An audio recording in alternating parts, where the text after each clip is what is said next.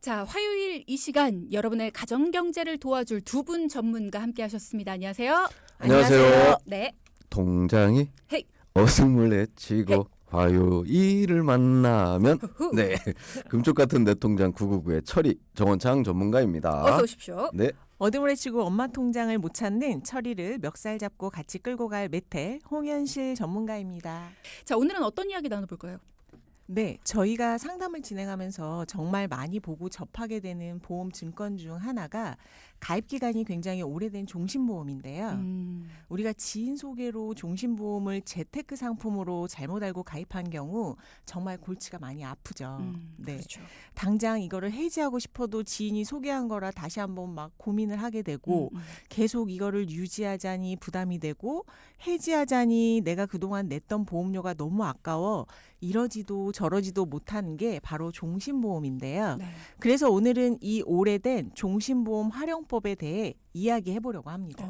종신보험을 활용할 수가 있다. 네. 실제로 종신보험은 비싼 가격 때문에 유지하는 게 정말 어려운 보험의 하나일 수 있어요. 그래서 가입 후 1년이 지나면 해지율이 20%나 된다고 하고요. 3년이 지나면 가입자 절반인 50%가 해지를 하는 보험인데요.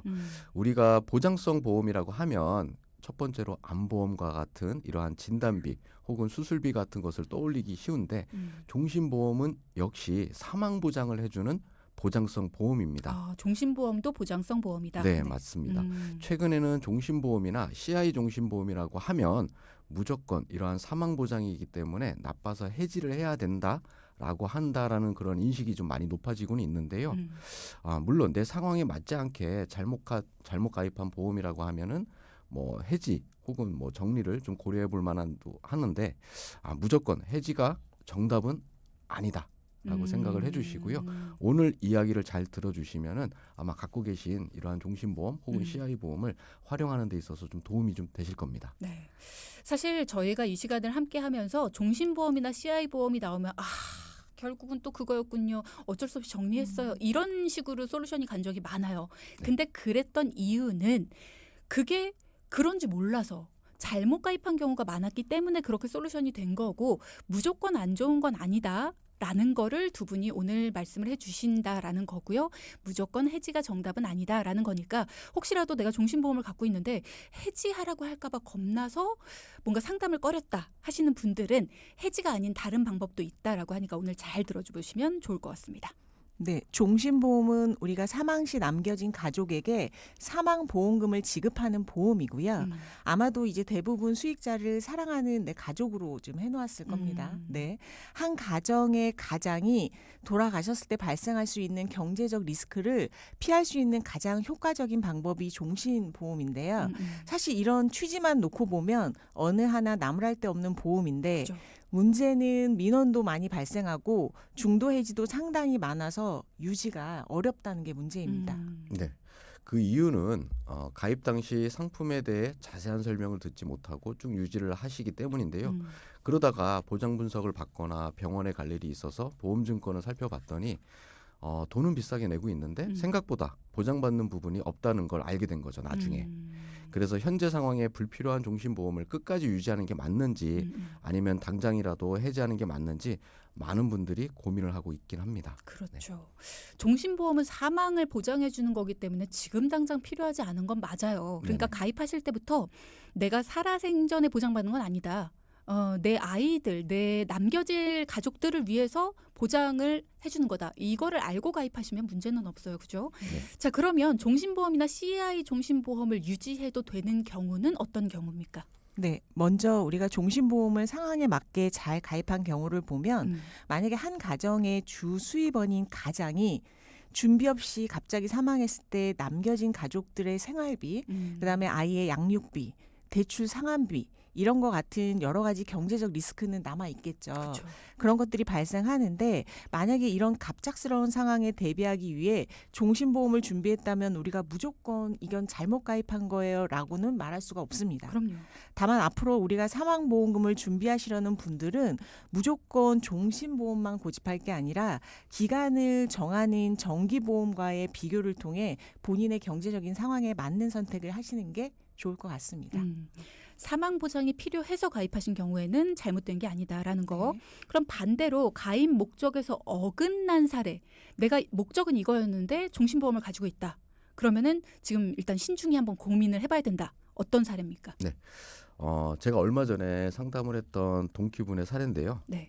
16살 때 부모님의 추천으로 부모님 친구분을 좀 소개를 받고선 종신보험을 가입한 경우인데 당시 부모님의 친구분이 좋은 보험이니까 가입을 하라고 하고 믿고 가입을 하셨습니다. 부모님이 대신 가입을 해주셨죠.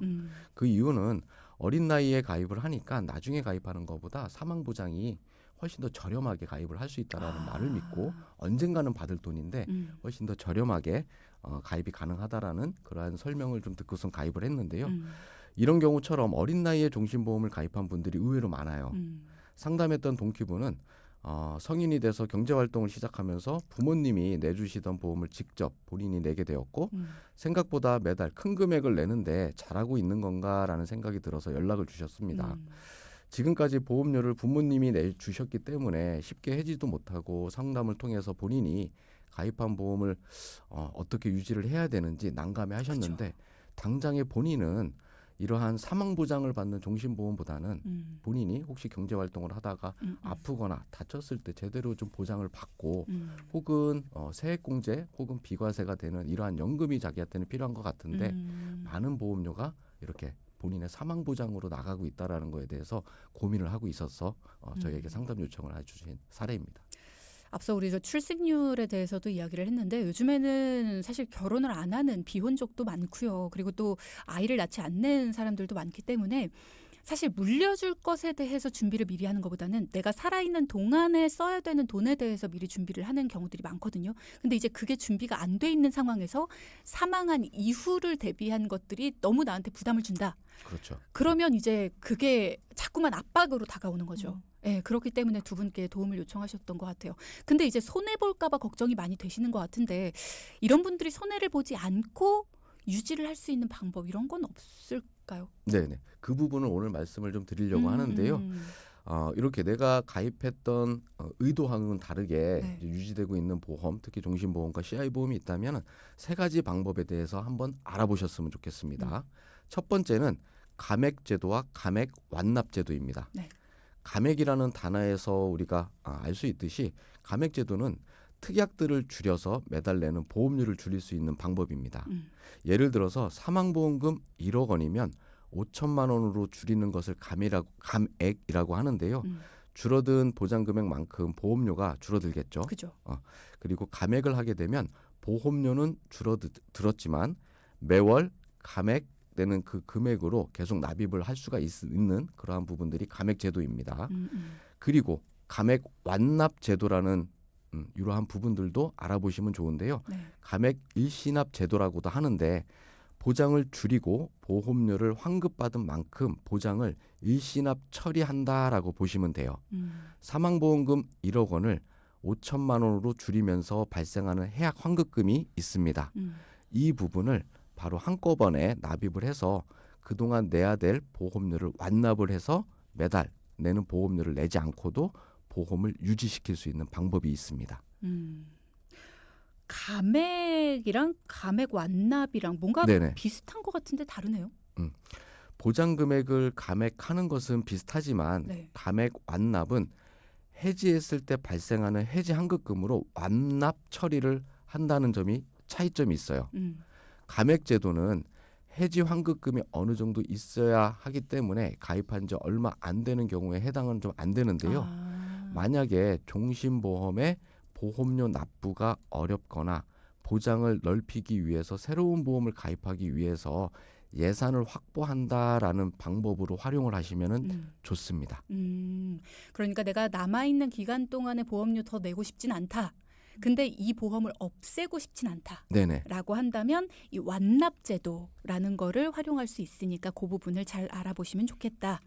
자, 그럼 종신보험료의 부담을 줄이는 두 번째 방법. 해지하지 않고 유지는 하되 부담을 줄일 수 있는 두 번째 방법은 뭔가요? 네, 바로 두 번째 방법은 바로 연장정기 제도입니다. 이게 감액완납은 보장 기간은 그대로 두고 보장 금액을 줄이는 방법이잖아요. 그죠. 근데 반대로 연장정기 제도는 보장 금액은 변동이 되지 않고 보장받는 기간이 줄어들게 됩니다. 보장 금액이 1억 원이고 보장 기간이 종신인 경우 우리가 연장정기를 신청을 하면 보장 금액 1억은 그대로지만 보장받는 기간이 종신해서 70에서 80세로 줄어들게 되는 거죠. 그러면 이거는 종신보험이 아니라 정기보험이랑 비슷해지는 거네요? 약간 그렇다고 보면 되는데 어. 우리가 연장정기제도라는 거는 많이 못 들어보셔서 좀 생소하실 수도 있어요. 종신보험에서 많이 사용하는 방법인데 종신보험은 말 그대로 내가 죽어야 종신까지 보장이 되는 거잖아요. 근데 종신까지 받을 수 있는 보장을 연장정기제도로 70에서 80으로 줄이는 거예요. 그러면 월 납입 보험료도 당연히 줄어들겠죠. 보장 기간이 줄어든 만큼 보험사의 손해율이 낮아지니 우리가 월 내는 보험료는 당연히 낮아지는 거죠. 그러니까 예를 들어서 쭈디가 사망 보장을 종신보험으로 1억을 내고 있는데 월 보험료를 25만 원을 내고 있다. 네. 근데 시간이 흘러서 사망보장 1억 원에 대한 생각이 달라지거나 그 자녀가 있는데 자녀가 다 커버렸거나 아니면 또 사망보장이 내가 필요할까? 내가 노후가 더 중요하지? 이랬을 때는 연장정기를 활용을 해서 만기를 70세나 80세로 좀 줄이면 사망 보장을 받는 금액 1억은 동일하면서 보장받는 기간이 줄어들게 되고 보험료도 줄어들게 되는 거죠. 어느 정도 줄어들까요? 물론 상황에 따라 다릅니다만 어느 정도나 줄어들까 좀 궁금해질 것 같아요. 금액은 또 넣어봐야지 아는 그쵸. 거고요. 내가 몇 다 살인지도 되게- 달라지고. 네네네. 그리고 뭐 70세인지 80세인지 음. 그것도 월 내는 보험료도 다 봐야 되는 거고요. 만약에 내가 지금 나는 월에 한 5만 원만 내고 싶어요라고 한다면 그 5만 원에 맞게 만기를 좀 그에 맞게 줄이면 되겠죠. 그러니까 내가 얼마를 내고 싶어요가 먼저인 것 같습니다. 자, 마지막 방법도 하나 있습니다만 그건 이제 3부로 넘어가서 알아보도록 할게요.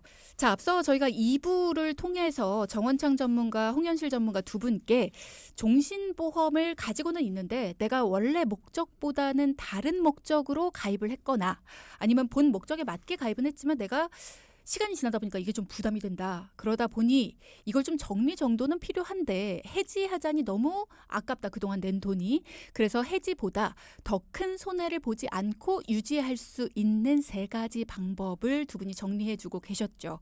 첫 번째는 감액제도와 감액완납제도였습니다. 받게 될 사망보험금을 줄여서 보험료도 줄이는 거. 혹은 보험료를 아예 안 낼 수 있도록 만드는 거였고요. 그리고 두 번째는 연장정기 제도였습니다. 보장받는 기간을 줄이는 거였고요.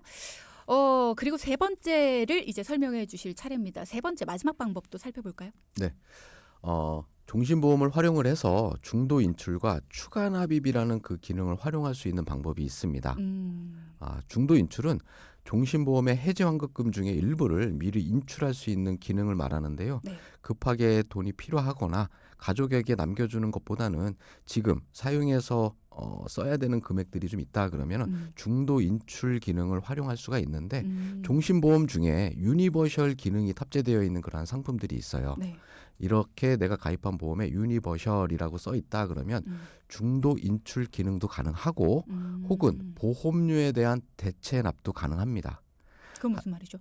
내가 만약에 보험료를 납입을 해야 되는 그 금액이 부담스러워서 혹은 내가 잠시 직장을 그만두는 경우에는 보험료 납입에 대한 부담이 생길 수가 있어요. 그죠.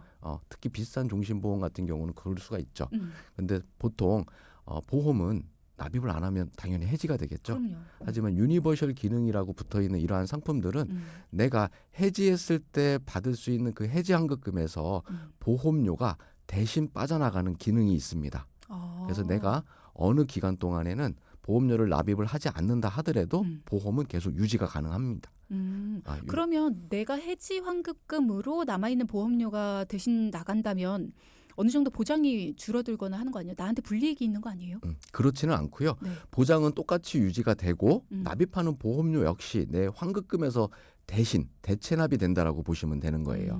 다만 내가 매달 받는 내 급여에서 빠져나가는 게 아니고 내가 이 상품을 해지를 했을 때 받을 수 있는 해지 환급금에서 대체해서 보험료가 빠져나가기 때문에 보장 내용은 그대로 유지가 되죠.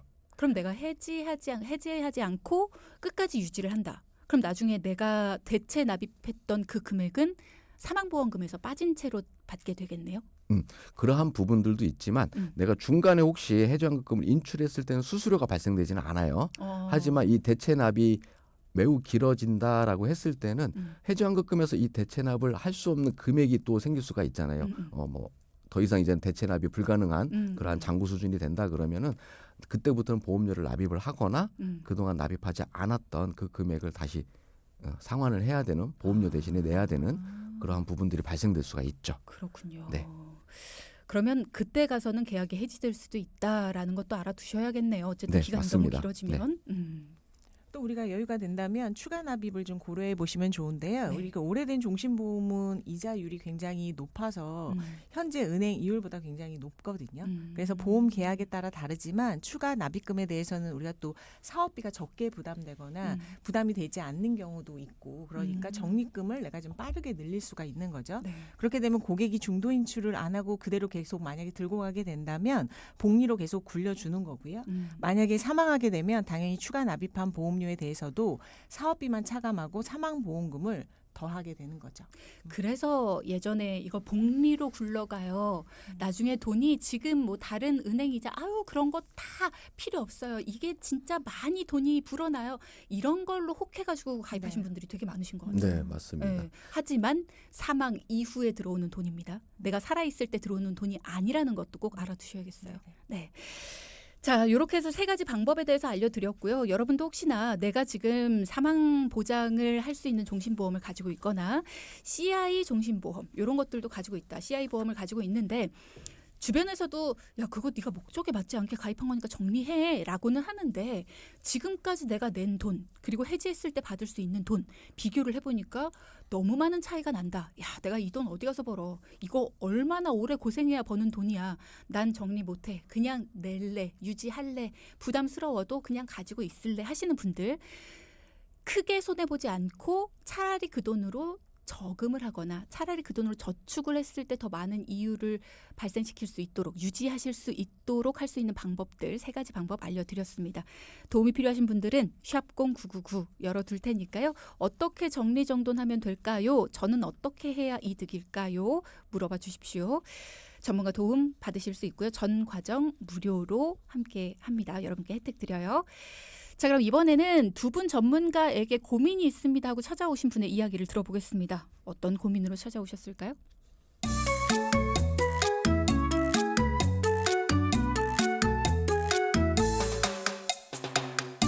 안녕하세요. 저는 이번에 취업을 한 27살 새내기 직장인입니다.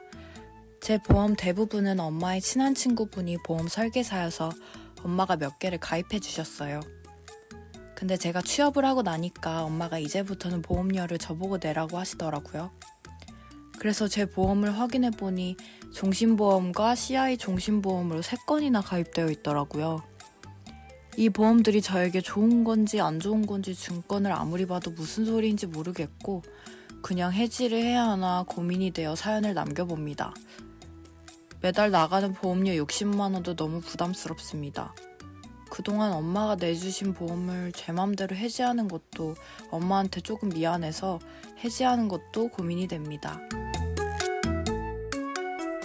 네, 오늘 사연, 이 사연자분 어머님이 친구분한테 따님의 종신보험을 가입을 했어요. 이제 따님이 취업한 후에 보험료를 내게 되면서 아, 부담스럽습니다. 보험 점검 좀 해주세요. 저 어떻게 해야 돼요? 이렇게 사연을 주신 거네요. 네. 그러니까 보험과 금융 지식이 없었던 어머니께서 종신보험을 투자 상품이라고 생각하고 친구분을 믿고 가입을 하신 경우인데요. 어머님 보험만 가입하신 게 아니고 따님 보험도 가입을 하셨는데 그게 종신보험과 CI 보험이었습니다. 그러면 다른 보장성 보험은 없이 종신보험과 CI 보험으로만 매달 60만 원씩 나간 거예요? 네, 맞아요. 어머님 보험은 CI 종신보험으로 25만 원, 그리고 따님은 CI 종신보험 7만 원, 그리고 또 종신보험 26만 원 이렇게 해서 가입이 되어 있었는데요. 이렇게 해서 총 3건에 매달 60만 원 보험료가 납입이 되어 있습니다. 네.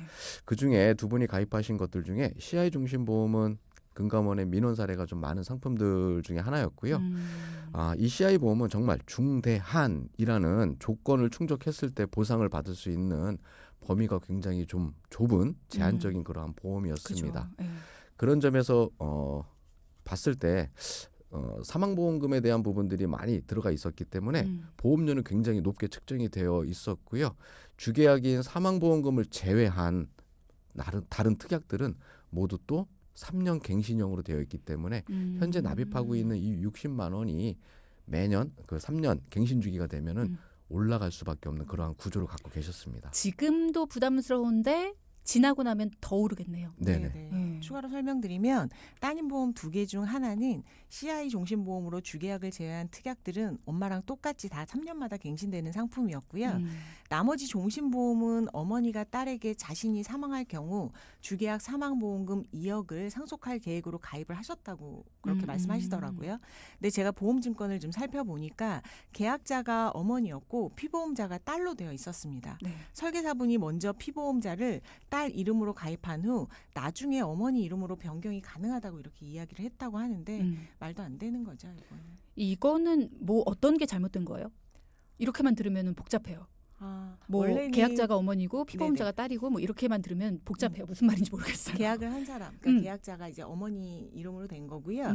그 보험의 대상이 되는 사람을 이제 뭐 따님으로 피보험자, 따님으로 해놓은 건데 설계사분이 얘기하기로는 어머니가 사망을 했었을 때 딸이 상속받을 수 있다라고 한 거니까 계약자와 그 피보험자가 사실은 바뀌어진 거죠. 그러니까 말이 안 되는 거죠. 어머니가 사망한 이후에 딸이 상속받을 수 있어요 라면서 가입을 시켰는데 알고 보니 딸이 사망했을 때 받을 수 있는 사망보험금으로 가입을 시켜놓은 거네요. 그거를 피보험자가 변경이 가능하다라고 그렇게 설명을 했다고 합니다. 딸이 사망했을 때 보험금하고 어머니가 사망했을 때 보험금하고 내는 돈이 다를 텐데 이게 나중에 어떻게 변경이 되겠어요. 그러니까 그만큼 금융 지식이나 보험에 대해서 너무 모르셨던 거죠. 그러니까 친구분 말을 이제 너무 많이 믿으신 거죠. 친구분도 잘 모르셨던 것 같아요.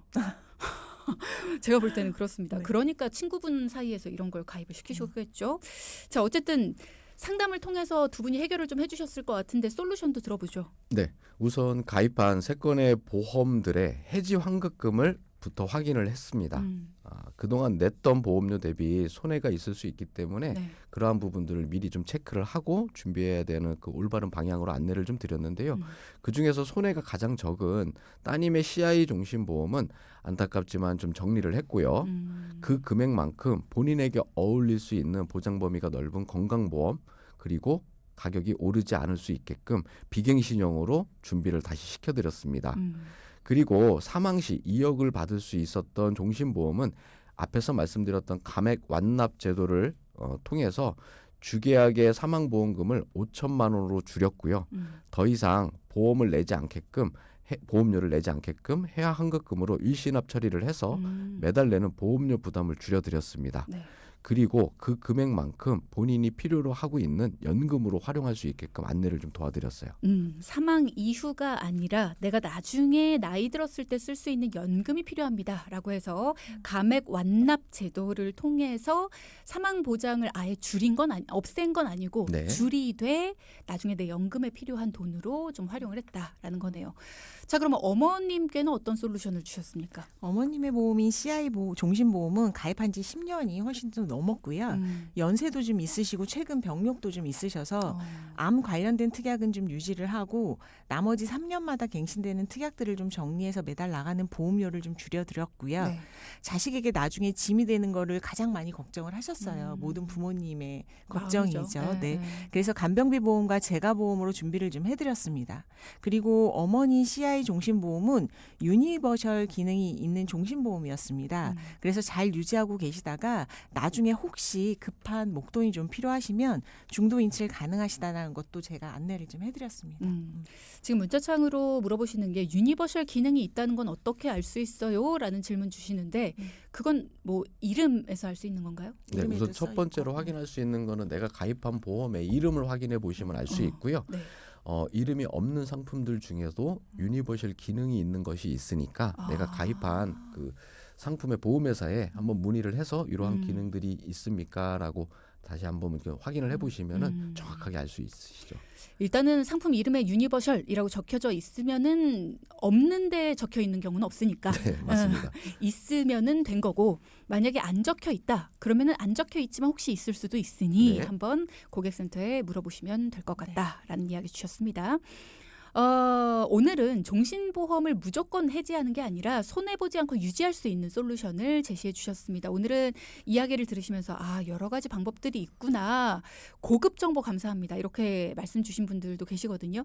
자, 다시 한번 정리를 좀 해주시면 좋을 것 같아요.